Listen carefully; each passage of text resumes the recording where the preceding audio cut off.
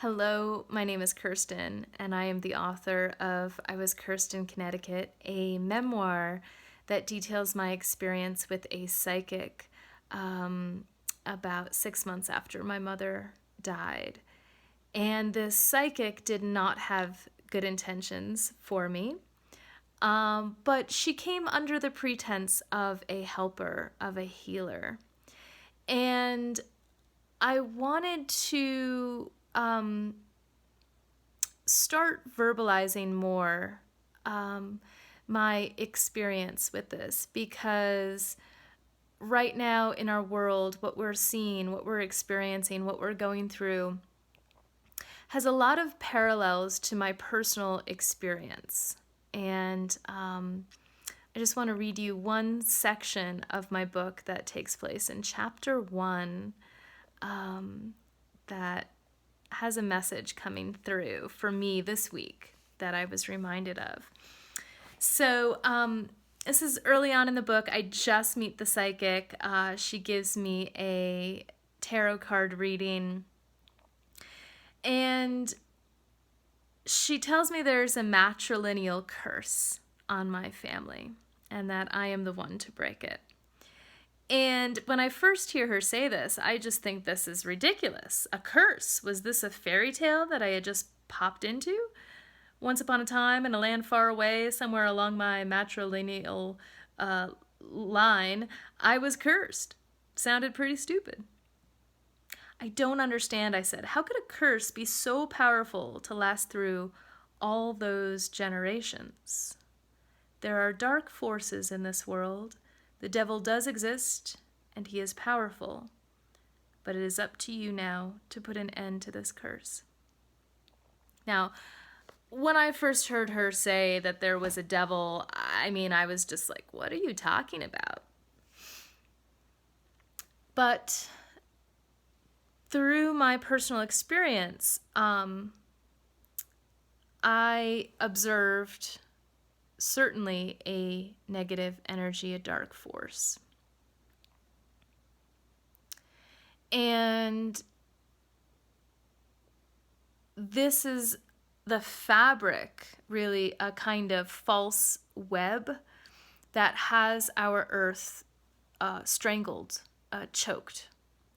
And it has us in a kind of bondage, just the way that I was in my own kind of bondage attached to this psychic who was really calling the shots with me and manipulating reality and my perception of reality, so that not only could she, yes, take money, but also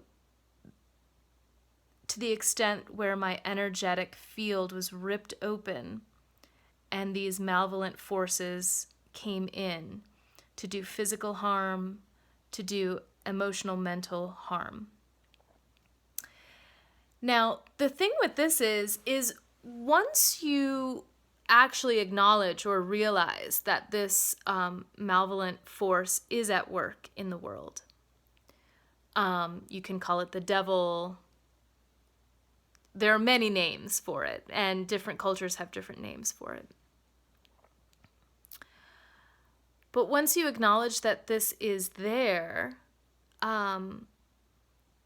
this is a wonderful thing, because really two things happen. First, you realize that they feed off fear, and they want to instigate as much fear as possible. They thrive off of that.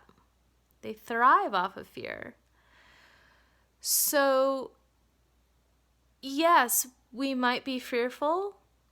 However, there's a point where we can acknowledge that for ourselves as just being human, but then move beyond it.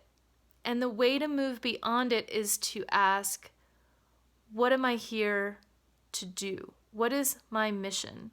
What is the gift that I have to give the world? And focusing on that actually is much, much bigger than fear, and will kind of push you out of that paradigm of fear. The other thing to acknowledge is that this malevolent force is very, very weak. Very weak.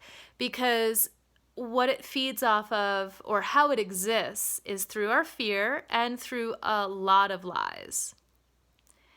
And when we believe the lies, which they can be very, very believable, as I believed this particular woman,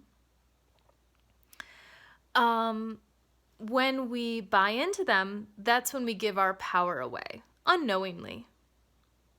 As soon as we start to recognize the truth, that's when we take our power back, and that force has no power.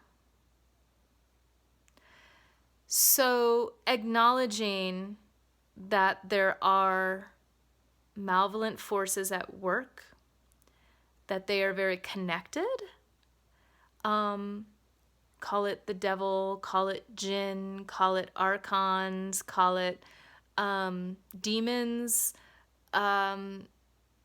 whatever name you want to use,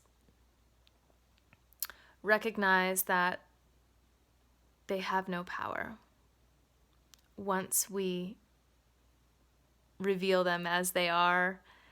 All their big kind of scary antics all of a sudden get really, really silly, small, and ridiculous when we take our power back and when we recognize them as such. So be well, trust your instinct, your heart, your gut, and what it's telling you. Please ground to Mother Earth and ground into your own inner knowing and yourself, and recognize that these forces in the world do exist. They won't be existing for very much longer as we awaken and step into our power. Many blessings.